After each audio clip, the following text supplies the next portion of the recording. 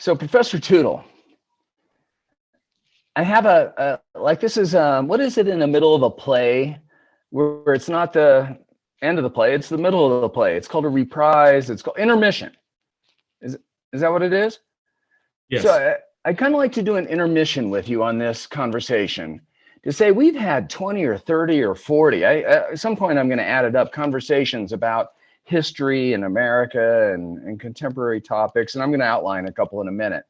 And so this isn't like a year reprise, the end of the year, but it is, I think, worthy to pause and say, hey, we're missing some things. So here's what we've talked about, and this is like a third of the things we've talked about. We've talked about extremism, political campaigns, abortion, COVID and mask and mandatory inoculations, Afghanistan, race and race relations. Like we've done 4 or 5 shows on that. Military, elections, violence, immigration, free speech, Second Amendment, guns. I can't read this. The history of the Democratic and Republican parties, how laws are made. We have done a ton of shows. That's just a sampling. But I still think we're missing some things. And what we're missing is kind of what human beings are talking about there. I know human being sounds weird. That sounds like liberal or democratic. What, like just folks out there, real people are talking about. So I've also got a list of what people are talking about. And admittedly, it's a little bit of what's in the news. And we probably pay more attention to the news than most people. But I think we're missing some topics. And so today is kind of just like a grab bag of pendulum topics that we haven't talked about. The first one is space. I mean, gosh, all these billionaires are spending money and go up to space and space tourism and all that. And all my liberal friends are going, oh my God, why don't you care for the poverty and poor people? Well, we haven't talked about that. So I've got a list of another 10 or 13 things, 10 or 12 things that we haven't talked about. And you might have some that we haven't talked about. So anyway, that's the conversation today, is current topics. And should we just react to them?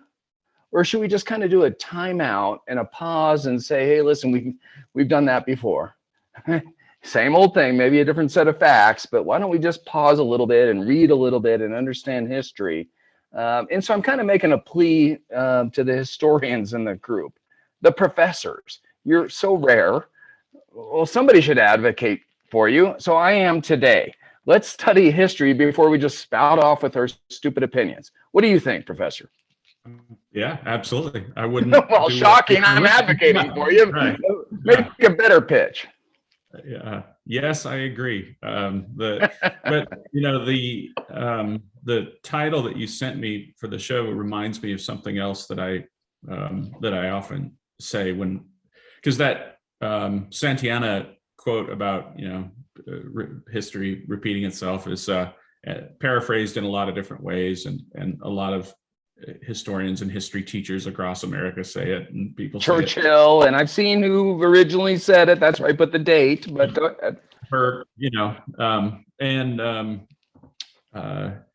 but what I actually the Tootle spin on that is that those who learn from history are doomed to watch in slow motion horror as human beings make the same mistakes over and over again.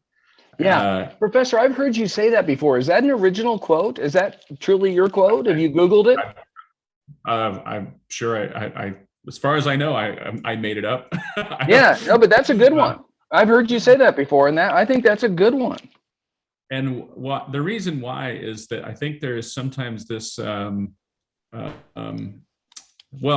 just say it this way. There's a tension between understanding that we can create a good culture that becomes a better culture. That is possible. Human beings are capable of that. But you can never escape human nature. And I think that in another one of my favorite lines that I use all the time is the Daniel Patrick Moynihan line about the central conservative truth and the central liberal truth.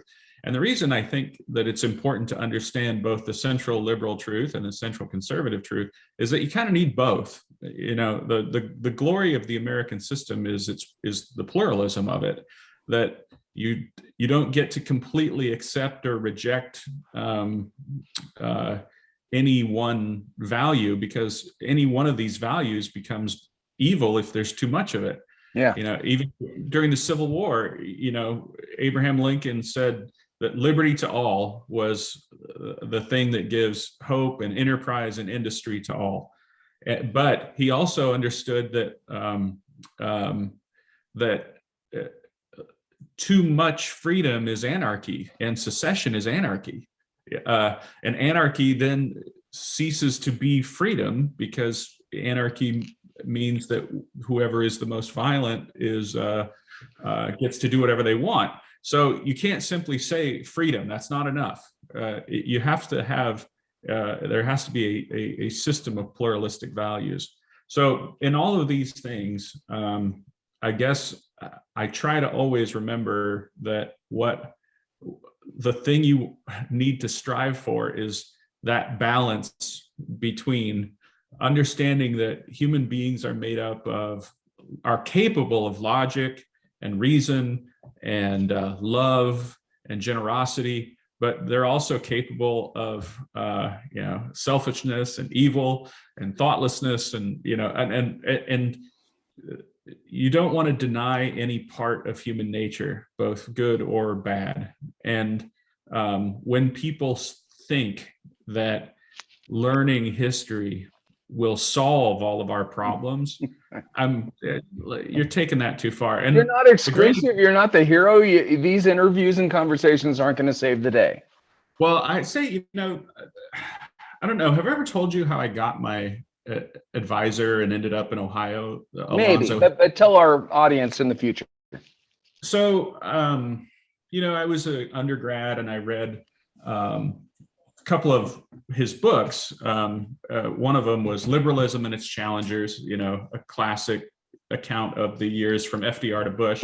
Haven't read the that. book that really changed my life was his biography of Harry Truman called Man of the People. Haven't read that either. A big biography of well, Harry no wonder Truman. I haven't read it. Well, and so I go to Ohio and I meet this guy, and I do a great Alonzo Hamby impression, by the way, I've asked to be his friend on Facebook, by the way. Oh, well, he's getting up there. I don't think how he is super active on social media anymore, but just to know, I was just to honor you, by the way. Yeah. It's a worthless impression because nobody knows. He's a famous historian, which my friends remind me means he's not famous. We used to joke about him that if you really, really loved what you had written, in other words, his highest praise would be, you might be onto something there, right? And if you had just completely bombed something and he wanted to, emphasize that you're the dumbest, most worthless human being and you have no business being in the room, he'd go, let's not take that too far. And what I loved about Hamby is his range was from, you might be onto something there, right, to let's not take that too far. And awesome. What made him so great was he would often say, well, let's just go back to work and see if working and studying, let's just go back and read the documents, because we don't need to have this fight. Let's just do the work. And wow, what you will find is that if you just do the work, that you'll find out that you're fighting over something that you don't even need to fight about, and you're asking the wrong question. You've set up a false set of criteria, and so what it teaches, and what I hope it taught me and all of his other students, is that you don't want to hold these frameworks that other people impose on you. You don't want to hold those too firmly until you've done the work. So wise. So I always say that when I disagree with Alonzo Hamby, I'm wrong. I just haven't figured out how I'm wrong yet. Yeah. So Professor, go ahead. I didn't mean to interrupt. Well, just one more story about him that illustrates what I'm talking about is I remember asking him once about something having to do with Harry Truman and when he was a county commissioner, kind of what they called a county judge. And I asked him about something. He's like, well, when I went down there and I spent a few weeks and I looked at all the roads that he had approved, and then I looked at when he had sold auto insurance policies, and like he realized that this is something that ended up being a sentence in a book that is this thick. He spent a month investigating it. Wow. And the point is, you don't get to disagree with him. You know what I mean? Like whatever he says about Harry Truman, the first thing you have to do is you have to read this book. And then after you've read the book, he spent 25 years writing that book. Okay.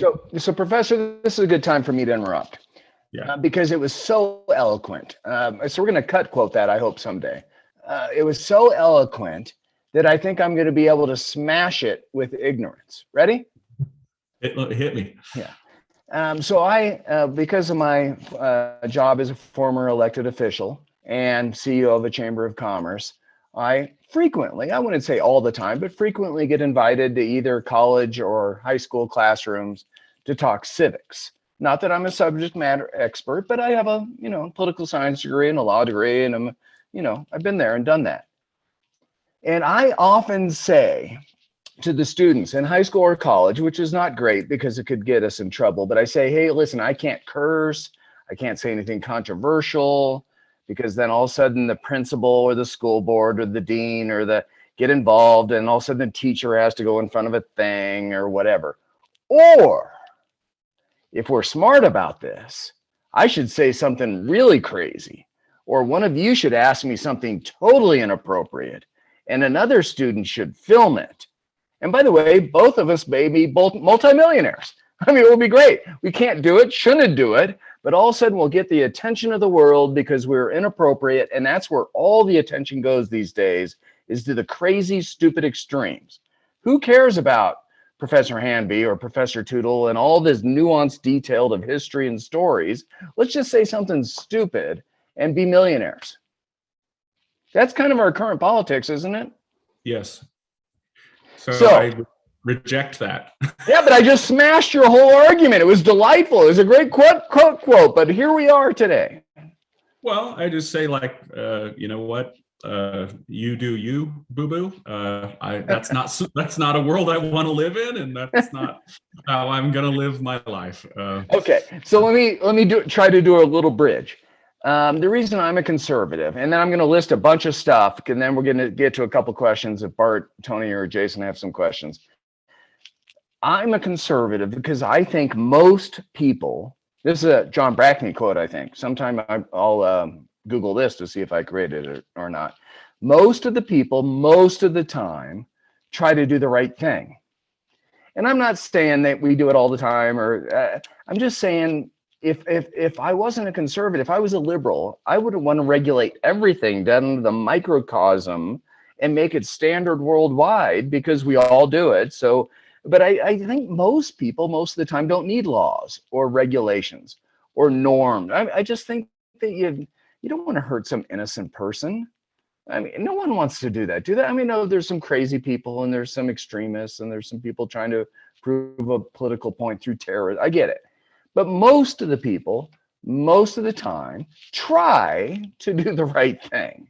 And therefore, I kind of want less laws and less regulation and less involvement in my life. And let me live my life and you do your life. And then we do need some laws. We need some structure. And that's where government's involved, hopefully at the local level. I mean, I know it sounds simplistic, but I'm kind of a street fighter. I'm not a sophisticated person like you.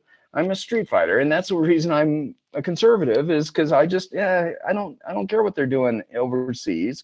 I don't care what they're doing down south. Here in Colorado, just leave me alone. And if we need to have a law locally, that's better than statewide, then nationally, and then maybe NATO or the UN has to get involved. But I'd rather it be in my neighborhood rather than the UN. Does that make some sense to you, or is an academic structure, or no, that's insane? Yeah. I mean, the only caveat I would ever add to that is to just, I always want to remind people, like, don't ever underestimate the force multiplier of violence, because when sometimes when you say we need very little law, I think that can often undersell what one violent tribal person can, the havoc that they can wreak in a society, because it has such a violence, and the threat of violence can have such a ripple effect. So I would just say I want a government large enough to make sure that no violent person can alter politics. Yeah. So, Professor, and you've spoken on that eloquently in the past. We'll try to pull out some quotes of that in the future. So it gets to the first of 20 different topics I have, and we only have 11 minutes left. Okay. Okay. The first one is, as I predicted in the very first show and the second, and by the way, I'm not reacting just to a couple friends of mine. My own instinct says this is right. The threat of violence. A couple of they're friends. They're truly friends. They're not some weird stranger on the Facebook internet web. I get it. They're true friends. Said, we are insane, you and me. We are not talking about the biggest elephant in the room. The topic of this show conversation is current events, and does history give us any things to think about? To your Hanby example, it's a good show so far. Is the insurrection. You and I should be hammering against January 6th, and anyone that's willing to stop the democratic processes with violence. We need to get rid of every other damn issue until that is off the table. You agree with that statement, don't you? Yes. Well, but why aren't you and I preaching from the rooftops every day against the former president and anybody enabling the former president to say, and there are people saying this is stupid. Conservatives are never going to get elected again if we look to the past. I get it. But this is a current topic, whether it's the bulwark, I'm talking every day we see this stuff, the congressional inquiries. Why are you and I not talking about the insurrection constantly? We're talking about a whole variety of issues. Well, I remember this would come up a lot when President Trump was still in office, and I just sort of said, I've already made my denunciation of him. If you have questions about it, specific questions, I'll answer them. But on one hand, I'm responsible for my own mental health and how much mental space I would allow President Trump to occupy in my brain. And the other thing is that I think one of the reasons our political culture has suffered so much is that we forgot that we're supposed to be for things, and being for things takes time. And if my entire life is spent in denunciation, and also the requirements of people who want me to denounce things, that's a bottomless pit. Because there will always be more people who want me to denounce things. So I can't go by, how you want me to denounce it again. Okay, I denounce it again. Yeah. Right. So there are only so many hours in a day. Okay. So Professor, we got a bunch of topics, but let me give you a brief reprise, and I'll give you a quick answer if you'd like to. I've sworn to uphold the Constitution 5 times. 3 times as an elected official, twice in the military. What concerned me about President Trump was when he was president, because there are a lot of people like me who are sworn to uphold, the commander in chief says do something, well, you might go do it. Or if you're in the Department of Justice, you might go do it. Or if you're a postman, you might go do it. Well, but after he's no longer a commander in chief, I'm not as worried about it. Now, if he becomes commander in chief again, I'll be more worried about it. But I'm not as worried about it. Do you think that's crazy, or does that make common sense to you? Yeah, of course. Yeah. I mean, that's this other book. I'll plug this, Jonathan Rauch, the Constitution of Knowledge, Defense of Truth. It's another good recent book on the subject. And there's a really important reason why you can't have a constitution written in pencil. Great. And we got a bunch more topics, so let's keep going. And we probably will visit this again, just because it is a current topic and people want to keep talking about it. I just happen to think people talk about it too much, both conservatives and liberals. I just don't get it. Anyway, I'm going to skip this one. Let's go to the space race for a second. We are in a new space race again. The Chinese, the Russians, the European Union, there's a lot of stuff going on. Our billionaires and NASA, we haven't really talked about it, but the way I want to phrase the question is, can you talk about the history of exploration? Is this important? I mean, did we need to go west, young man? Do we need to investigate the seas? Do we need to go to space? There's a lot of topics about this. What do you think? What's your instinct? Does history give us any advice? Yes. The answer is yes. We need to do it and we need to encourage it. And I think one of the most common misunderstandings of, most of the criticism of basic science and basic exploration derives from two misunderstandings that human beings have. One of them is they do not understand economic growth, that the wealth and success of someone else does not take away money from other people. The other thing that it's probably derived from is a lack of understanding about what we get out of exploration. You know, for instance, when we started investigating how to manage HIV/AIDS, we didn't even have a scientific theory on how to, cure a virus. You don't know what you're going to discover, but we still have to keep trying. And the other sort of flaw people have is not understanding big numbers, because a lot of the arguments people have is like, why don't we just take Jeff Bezos' money and then we wouldn't have a budget deficit? And that's just not true. A lot of the criticisms that people have are based on them not knowing the difference between a million, a billion, and a trillion, and also misunderstanding the idea that somehow the fact that somebody else is rich and that it has nothing to do with you. So I would just simply say, like, it has never bothered me what, it only bothers me when a rich person interferes with my life. But it doesn't bother me when I guess I don't. At a certain point, and it's a topic for another show, at a certain point, there can be some wealth inequality of a society that makes it really dangerous, though, right? If there's just a few people that are really rich and everybody else is really poor, that causes... There are other economic issues that concern me so much more than mere inequality.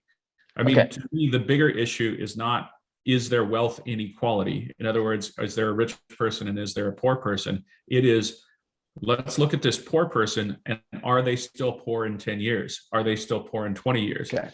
That's a bigger economic issue that I would want to focus my attention on, rather than the mere absence or presence of wealth among rich people. I mean, I always think it's so strange that people who claim to represent poor people spend so much of their mental energy on rich people, rather than looking at truly understanding the problem is not whether or not somebody is poor, because zero will always be zero, and there will always be people who have $0. So I'm always interested not in whether or not how many people have $0. It's, do they have $0 5 years later? Do they have $0 10 years later? Because if we wanted to, we could affect the poverty rate by simply not letting in refugees. You know what I mean? Because a penniless refugee starts out with $0. Like, that person is going to be poor. The question is, Yeah, anyway. Yeah, great point. And this was under the topic of space, but it is interesting how we answered it. I do think it's also appropriate that we give a gratuitous shout out to Arthur Brooks, because he speaks a lot on this topic on how we should be celebrating peace or capitalism throughout the world and how far we've come and how we should keep that trajectory going and how we should truly care about poor people. Yeah, Right? but I understand that almost every discussion I've had with my friends, at least, about space has all been about really rich people. And I find that to be a strange direction to go in. Great mini topic. We only have 4 minutes and I've got 13 more questions. So what I'm going to do is just kind of ask 3 or 4 of them, and then we'll see if Jason or Bart or Anthony have any. Current topics, infrastructure bill. Yeah, that's kind of cool, actually. We do need internet and highways and bridge things. And I'm not talking the partisan R&D thing. Everybody talks about R&D or, well, Trump did it, wanted, and couldn't get it. I don't care about that. But it's a current topic. They just signed it. Yay or nay, or give a historical precedent for that. Eisenhower and the interstate highway, this is great. Or no, we should be concerned because of debt and deficit. Well, I don't know. What do you think, Professor? I have 2. First of all, we probably need $1 trillion worth of infrastructure spending. We don't need that infrastructure spending, and we would be able to afford more infrastructure spending if we weren't starving the government and plunging ourselves further in debt. In other words, whether or not it is a good bill, it's sort of like, I mean, if you think about it in terms of your personal life, like, is it a good idea to buy another motorcycle? And my first question is, do I have enough money to buy another motorcycle? Because if I have enough money, then I'll make a different decision. But, I would say the question is like deficit spending. Do we need more of it right now? Right. And I would much prefer to get the rest of our financial house in order, which would then allow for an even more generous infrastructure spending in the future. Cool. And the other way to look at it is, any homeowner, do we want to really replace the roof until the next hailstorm in Colorado comes through? And do we do it every 20 years or 30 years? Do we stretch it? Do we wait for that? The answer is it leaking or not? Or will it leak next year? And how much damage? And then does insurance pay for it? I mean, it's a pretty complex issue. But the bottom line is, we're not talking about complexity. We're talking about hate them or hate them. It's just so stupid right now. Agree or disagree? Yeah, counterproductive. Okay, cool. So now let's just take 30 seconds on this in total. The next $1 trillion or whatever it is, $1.7 trillion, the social safety net. I know my liberal or Democratic friends say it's a infrastructure bill, which just so cracks me up because it's not. But I get it. You're a human being. You can't go to work without having childcare. It's infrastructure. I get it. It's just, yeah, I know it's stupid. But at least, I mean, they're not evil. They care about women. They care about kids. I get it, but it's stupid to redefine terms. Anyway, is there any historical relevancy? I mean, FDR. I mean, can you go back into history and say, if we really want to take an informed opinion on this next bill debated by Congress, what should we be thinking about, Professor? I guess one of the things I always remember about FDR was what he said about why he opposed having a dole, which is a social safety net, just cash payments. And he said that the dole was a narcotic and a subtle destroyer of the human spirit.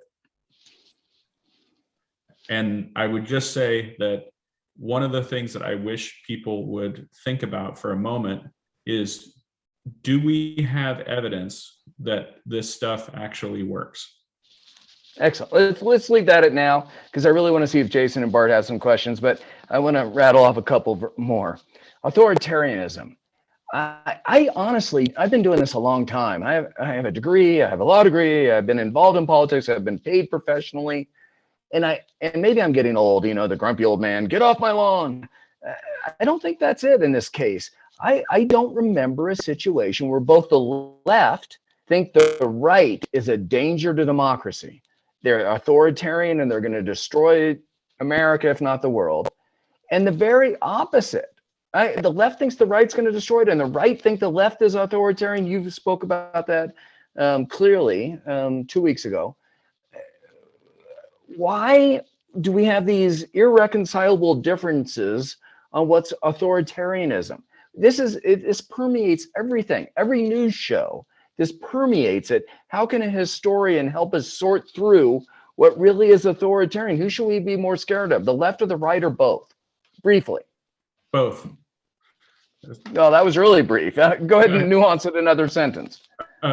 Well, the totalitarian mindset, whether you label it right or left, is exactly the same. It is a totalitarian mindset. It is the opposite of the habits of the open mind. It's the opposite of the requirements of an open society. So to me, it doesn't matter if you are a monarchist, a white supremacist, a communist. It's the same utopian framework that says that if we reconcile all of society around a single idea, that it will solve every problem in society. And it needs to all be rejected and denounced and understood for what it is, which is something that would destroy the idea of freedom and politics and peace. Excellent. Professor, two more quick ones. Gerrymandering.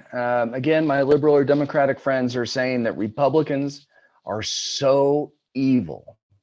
They are stopping people, and they're evil. I'm trying to be melodramatic, but they do that. I mean, they type out huge paragraphs saying how bad Republicans are in all these different state legislatures, that if they would have done what they're doing now, the former president would be president again today. This is a totally authoritarian regime. My instinct says, because I remember the first time I read about this in a high school civics class, I think gerrymandering is dumb. I think it's nasty. I think it's brutal and it's mean-spirited and it's unfair. I've never liked gerrymandering, but both sides do it. Now, I'm sorry to give you my perspective before I ask you, but right now we're in this current event thing that Republicans are really bad and nasty. Agree or disagree? Tell us how history can help us sort through this, because the answer is maybe. We don't know yet, though, do we? I guess the first thing is you have to have an alternative that's viable, first of all, because the question is not, is politics bad at doing this? It's what works better than politics. And if you don't have something that works better than politics, then politics is pretty good. But I do like generally the outlines of the California system of redistricting, which puts together a general framework, and it's pretty easy.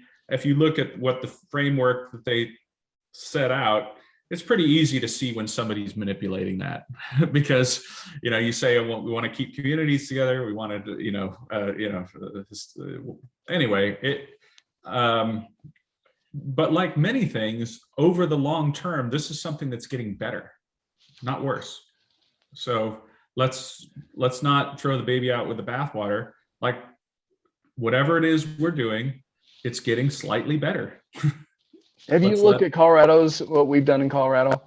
No. It's gone to an independent commission, and then and actually, I wrote a letter, an op-ed to the Denver Post, and I think it got published. I didn't even look. But yeah, the bottom line is it really didn't have a lot of controversy because it takes it out of the political system. I don't know if you ever feel this way though. When every now and then, when somebody in the old days, you could say, like, when somebody spouted an opinion, you could just ask, "Did you vote?" And usually the answer was no.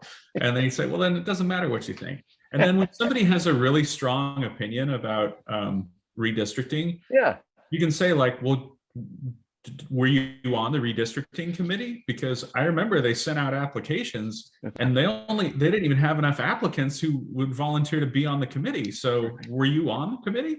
Like, you had a chance to weigh in on redistricting of your city, your county, your state, and if you tell me that, yeah, you put in your application and you were rejected, then we'll continue to talk. But I just, the sort of phony, I hate the phony outrage. Yeah.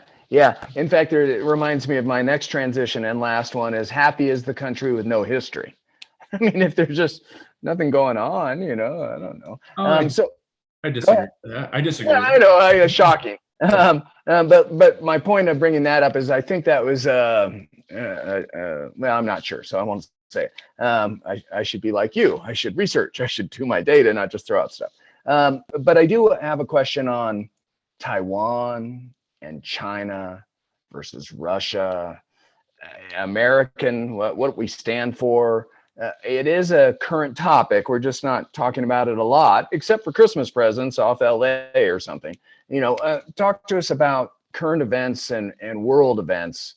What should we be really concentrating on?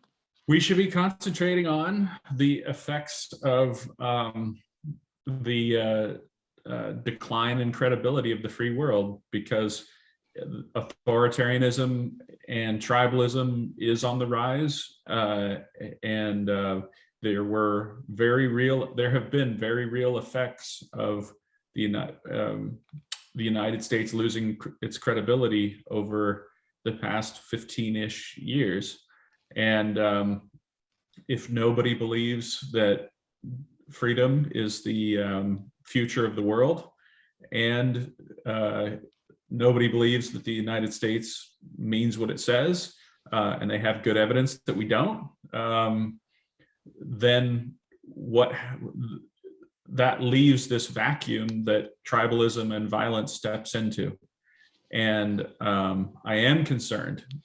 I do have deep concerns, not just about China, but one of the places that I had great hope for is India. I should say is India, but there are some troubling signs of ethnic nationalism in India as well. And so, and in Eastern Europe. So I try to remain cautiously optimistic that we are 2 good presidents away from reestablishing the credibility of the United States. But I hope. Well, I didn't mean to ask a final question, but it is my last one on my list. I am constantly surprised by people I know well who are expressing doom and gloom. I mean, they're really concerned about this, that, or the other thing. And I don't mean to be flippant by saying this, that, or the other thing. I mean China or economic disparities or poverty. I mean, there's all sorts of stuff on the left and the right, conservative and liberal, and they're just really down on America. And I'm trying to figure out whether I'm naive or not by still having hope that it's not politics, Professor. I'm not doing these conversations with you because I hope to manipulate somebody into believe into being conservative. I actually think it's the right notion. I think if in a fair playing field, I think people scratch their head and go, yeah, okay, I get it. I want to make my own decisions. I don't want John to make them for me when he was a county commissioner or the Chamber of Commerce because he manipulated local. No, I want to make my own decisions. I'm not trying to manipulate people. I want to give freedom to everybody. So I'm optimistic. I think you're optimistic too, but what should we be as Americans? As history is our guide. I think what most people are feeling right now is that there are these bubbles in our society, these either speculative things we feel, we just know that doing it this way can't go on forever, that there will eventually be a reckoning, a positive reckoning. Well, you can't have the positive thing unless you have the reckoning. So in other words, at some point, in education, in real estate, in deficit spending, in monetary policy, in defense, in politics, there are all these areas of society where something is really out of whack. And what we fear or we know is this can't go on forever. So what we want to avoid is we want to sort of prepare for emotionally, intellectually, politically, is how do we either avoid that collapse or deal with it once it happens? And one of the things that makes it hard to be optimistic is because of at least people speculate that we've lost our political culture. And it's the political culture that has allowed us to weather these difficult times in the past.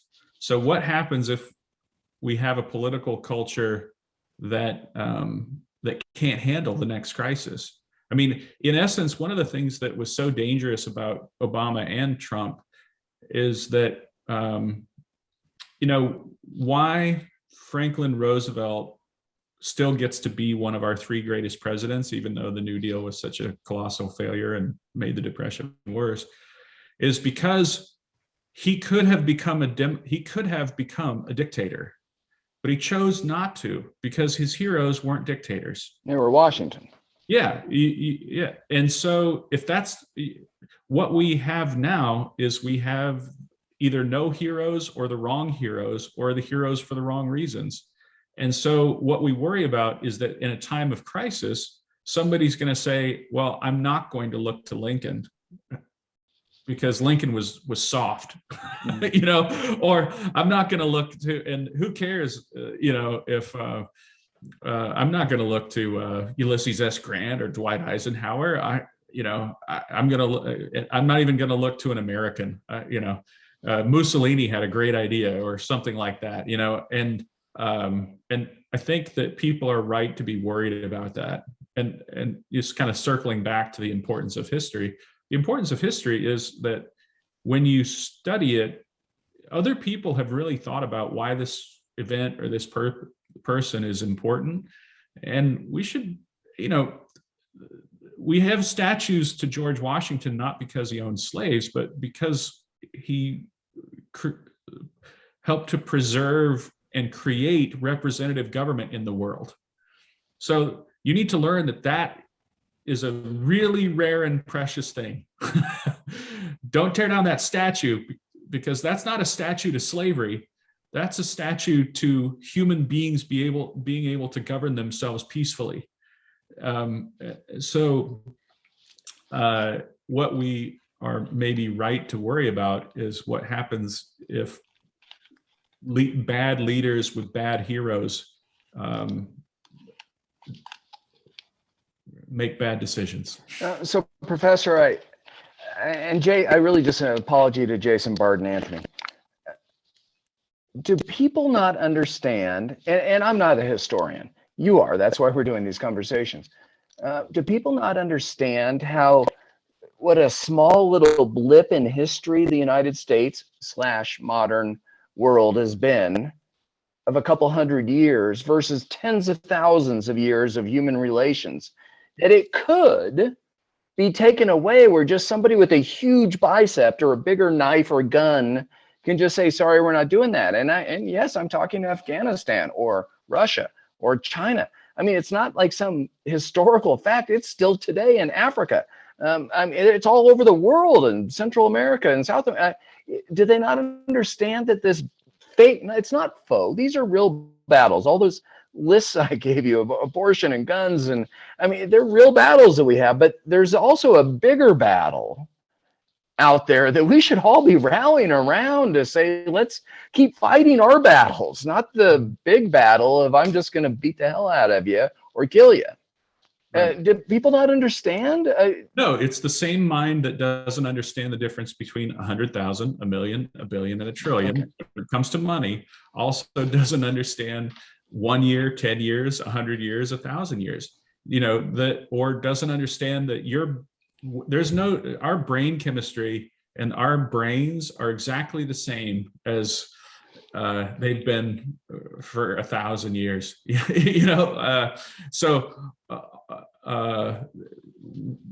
As for what human beings are capable of, human beings are capable of doing all of the worst things in human history. That's why the system matters. It really matters. And so I'm an optimist, and so are you, or you've got a little bit more concern? Well, I'm an optimist because I still think that still have this suspicion that we are not measuring our political culture approach the right way. And we're relying on polling data and social science and studies that are not asking people the right questions. And maybe we're drawing the wrong conclusions about what America is like. Because one of the things that you encounter when you travel across the United States and you go from town to town and small town, big city, is you just meet nice people everywhere. And who want the best for themselves, they want the best for their neighbors, they want the best for their communities. And maybe there are just a lot more people who are kind of like us, who are saying, maybe it's just our filters that are giving us the perception that our society is actually a lot worse than it really is. Yeah, and Professor, let me echo that in a rural. You've been in my living room. Thank you for coming to Colorado and seeing my home and my friends and my family. My neighbor to my right, and I'm going to make it up just, other people have been in my home too. I don't want to call out my neighbors, but my neighbor to my right or left is crazy liberal. And the other one on the other side is crazy conservative. And if you read their Facebook posts, or if they were to answer a poll, they would probably say, oh yeah, I'm willing to, we should commit violence to achieve our political means on the conservative or liberal note. They might answer that. They don't know my neighbors. These are really good people. They're not going to go hurt some innocent police officer, or they're not going to invade my home to kill me because of my view on abortion or guns or capitalism, or they're not. I mean, telling you, these are good people on both who are pretty darn conservative and pretty darn liberal. So I echo your opinion that I don't think pollsters have got it right, or I don't think media's got it right, or I don't think politicians got it right, because they're real people and they're just trying to raise their family. Well, do they have an opinion? Yeah, sure. And I use this a lot of times when I talk about gun rights. But I say, like, I'm still willing to walk in a crosswalk. Every time I walk in a crosswalk, I walk to work and I cross a very busy street with 6 or 8 lanes of traffic. And I'm willing to do that because when the light turns red, people stop. And every car that I'm walking in front of, they are in a death machine, and all they have to do is move their foot over 3 inches and press it down, and they could hurt me or kill me. And yet they don't. And why is that? Because most people aren't murderers. That's why. And we trust people every day. We put our lives in the hands of other people all day long, every day. We do it on our roads. We do it in our freeways. We do it as we're walking around. And we live our lives as if other people are good. I mean, your house, my house, yeah, I lock my front door, but if somebody wanted to break into my house, it's windows. You could break into my house with a baseball bat. Like it's not a fortress, So what is it that really protects my house? What really protects my house is the goodness of the people who live in my city. Yeah, that's what really protects my house. Yeah, agreed. So Jason and Bart and Anthony, you've been so patient. Thank you. We do have 10 minutes. So take yourself off mute and we'll please join the conversation. Jason, you're up first. Okay. I just have a couple of thoughts and then maybe could hear you talk about it. I was listening to some history. Can you hear me, by the way? Okay. We're good. I was listening to some history this week, and this guy was talking about de Tocqueville, and he said that de Tocqueville saw 2 things that were enabling American democracy to thrive, and that one of them would be freedom of the press, to inform people of the facts, and even when the politicians didn't want them to be informed, and then the second thing is free association. And I look at those 2 things, if that premise is correct, because I don't know enough about de Tocqueville, just being honest. it sounded right to me. And then I'm thinking about today, and I'm thinking about how our technology has probably overreached or out jumped our laws with social media and with algorithms. And I think in many ways it hurts both those things. I think anyone can basically become a news source now with no real check on facts, No editor. plus with no editor, and it's free. And then the free association, it's not free the way that term was originally used. It's free in that it costs nothing, and it's not authentic in a lot of ways. If you're on TikTok, for instance, you get 100,000 people watch your video, and that's your goal in life, and you feel like you're connected, but you're not. Like you two, us five are more connected than most of those connections. And de Tocqueville saw that as a political entity, that it affected the politics of America. What do you think is part of the sickness? Maybe the technology, the targeting of natural dopamine, and motivational, just for profit, with amorally. I think, thank goodness, right now, where it's just like, I just want the profit, but it could be used in another way, foreseeably. And I don't think our laws are up to the task. I feel like it's kind of like with Teddy Roosevelt and the trusts and stuff. There needs to be kind of a big change of some sort. Man, now you're packing a lot in this. The reckoning is coming. I mean, I totally loved you when you talk about the reckoning. Your Clint Eastwood there. Yeah, that's going to be a reckoning, because it's creative destruction, right? And there's going to eventually be something that's going to force the issue. And it's just, let's hope and pray it's not a really bad meltdown that the Phoenix can rise up out of. Anyway, those are some thoughts. What do you think? So you got a lot of stuff in there. So, Professor, what are you going to bite at? I'm gonna hopefully do this pretty quickly. So we have a big problem with the press, and that is that it is in decline, and this is partly driven by two things: the larger media corporations are killing news coverage from the top, and social media is killing news coverage from the bottom, and it leads to this horrible situation where, in a place, in a city, Fresno, that has a population that's about the same as Wyoming, you have, I don't know, 10 print journalists there, and about 4 of them covering local news for a newspaper. I mean, it really is, we're being starved for news. And so people being, I think there's a social solution to this, which is be willing to pay for news, but also insist on real news. Yes, social media has created that no editor free association. I think we have when it comes to associating with human beings, we're faced with this difficult, again, I don't know if this is a correct impression or not, where what do you do if we have a society where people do not wish to associate with one another?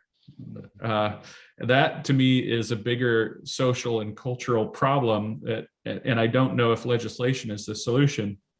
And in terms of TR, I guess I would always want to emphasize the difference between TR and Wilson. And Theodore Roosevelt said, we need better men, we need better laws, and we need better execution of the laws. And by far, the first is the most important. One of the things that TR always emphasized is that we don't really need new laws to regulate bad behavior or to punish bad behavior. And the liberal alternative to TR was the permanent regulation of human life. Whereas TR said, no, stealing is stealing, wrong is wrong, and we just need to focus attention on it and punish bad behavior. And we don't really need new laws to do that. But everybody, the incentive in politics is to be innovative and pass a new law, But I guess I'm sure there probably are. I'm a say that I'm sure I'm going to quote or channel my inner TR and say, I'm sure we need better men, better laws, and better execution of the laws. But I still think that by far the first is the most important. Yeah, there probably are areas where we need new laws, but there's probably a lot we could do under existing law if we had better administration of law and better human beings focusing on this stuff rather than trying to score cheap political points. Well, I didn't know we'd get to that, because it's one of the reasons I wanted to do these conversations with each other. Is culture is changed by what we talk about, not it's what we talk about when we're not on the record. It's just, hey, we're Right. having a beer together in the backyard. That's what defines a culture and therefore a country. Yeah. That is the Interesting. central conservative truth, right? According to Daniel Patrick Moynihan, the measure of a civilization is its culture. Jason, do you accept that answer from the? You had a bunch of stuff packed in there, but do you accept that for now? Okay, cool. Yep, good stuff. Bart, you're up. What did we miss today? Um, Or ask your own question, and then if you don't have one, then what did we miss today? okay. I think your point, Stephen, is really well taken about the fact that the cataclysmic illusions that people have about things going on in society right now are really pretty amazing. And, I don't know, I guess I'm a center right person overall. I'm probably a little less center right maybe than John, but not much in Yeah, reality. you are. Okay. I accept that. But I don't believe that like the next election in 2022 is the last election. I think right now there are a sizable number of people in the country who believe that on both sides, right and left. And I think somehow we got to calm people down. I'm not sure how you do that. I got a little news flash during our session here. Kyle Rittenhouse has been acquitted of all charges, and he, very likely that's probably the right result in that case. If you look at it as a lawyer, I don't know, I don't know. But the reality is, okay, now for the next 3 or 4 days or 5 days, we're going to have these incredible spikes in the world coming to an end. And, I guess maybe, do you think, I'm trying to put a question in here. My impression is that overall American history has had more of the kind of conflict that we are having right now than I personally know about, because that's really not what I was taught in history when I was like in high school or middle school. Yes. Because I grew up at my parents were World War II generation people.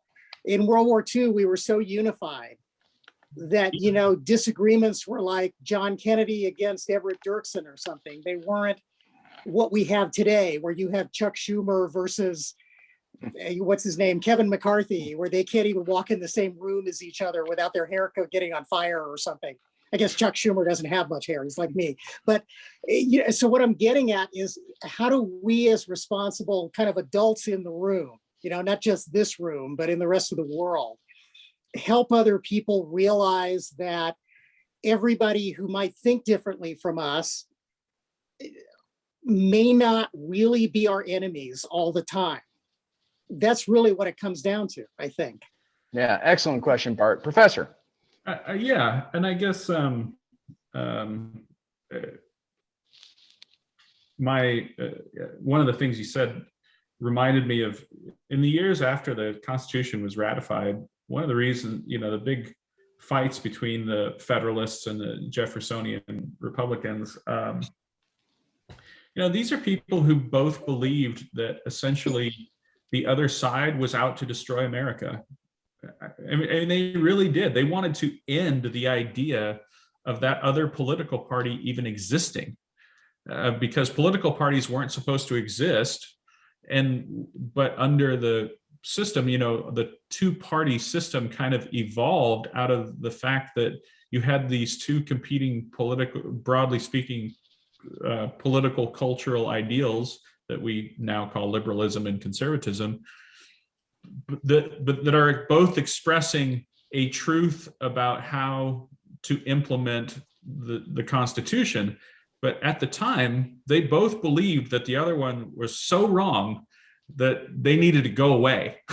And essentially, they just realized that if you can't literally kill them because we have rule of law here, it turns out we're just going to have to learn how to get along and evolve new patterns and ways of dealing with one another.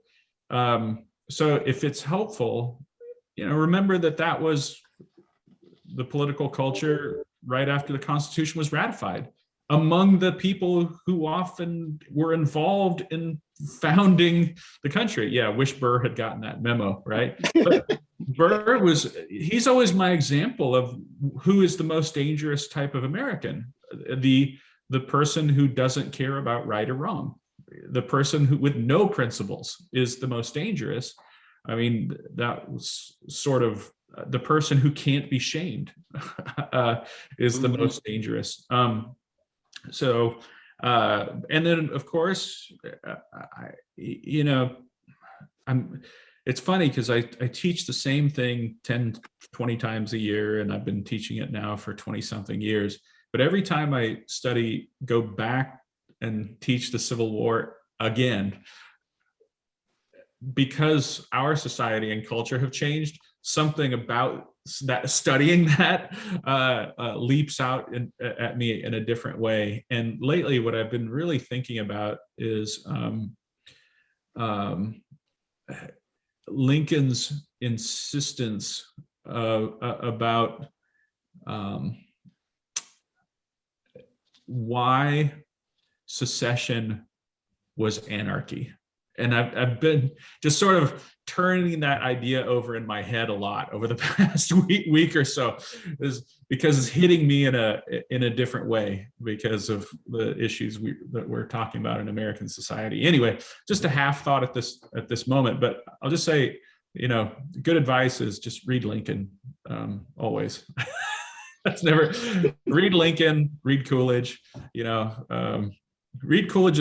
When I my sort of history, if I'm nervous or if I, have a question about something, I literally pick up Calvin Coolidge's autobiography and I just start reading it somewhere in the middle.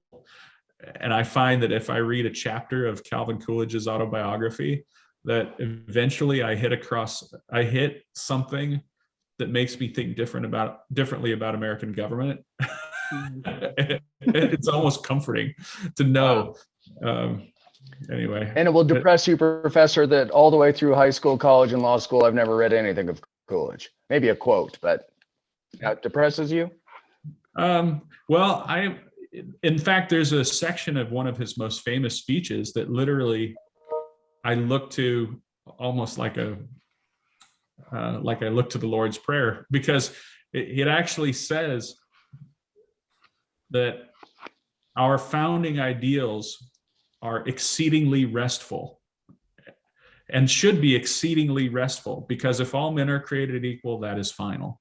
If they're endowed with rights for their creator, that is final. No progress can be made beyond those propositions. So if you ever wonder what to do, you sort of go back and say, what, there are these things that Calvin Coolidge said, we should find this exceedingly restful.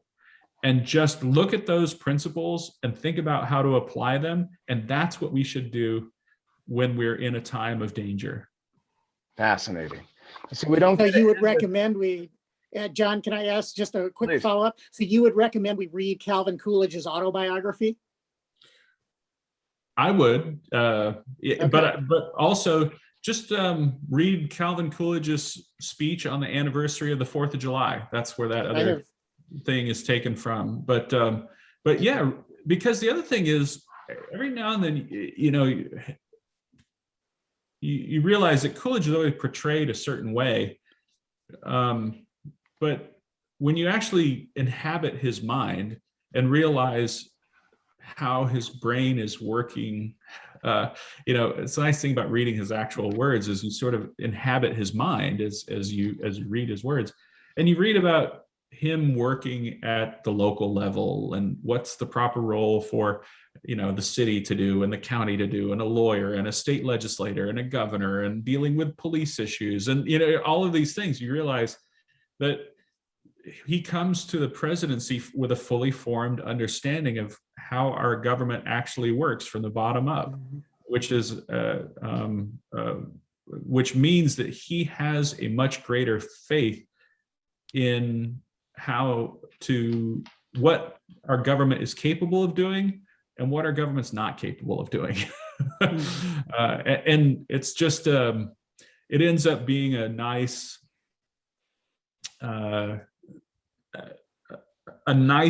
mind to inhabit. Nice. Well, we're not going to end with your eloquence, most likely, because we should give our producer one shot at the apple. And Tony, do you have any questions? I know we're over time already. Sorry for that. But do you have any questions or comments you'd like to add, Tony? I don't. I think we're good. I'm good. Okay, cool. So last bite at the apple for Professor is we're going to take off Thanksgiving week because we'll all be shopping at Walmart or Target or something, I suppose, on Friday. But 2 weeks from now, we can either talk about what Americans should be thankful of, or you can give a hint today. What should we be thinking as the final wrap up for today out of all this stuff we threw out? What should we be thankful for? That we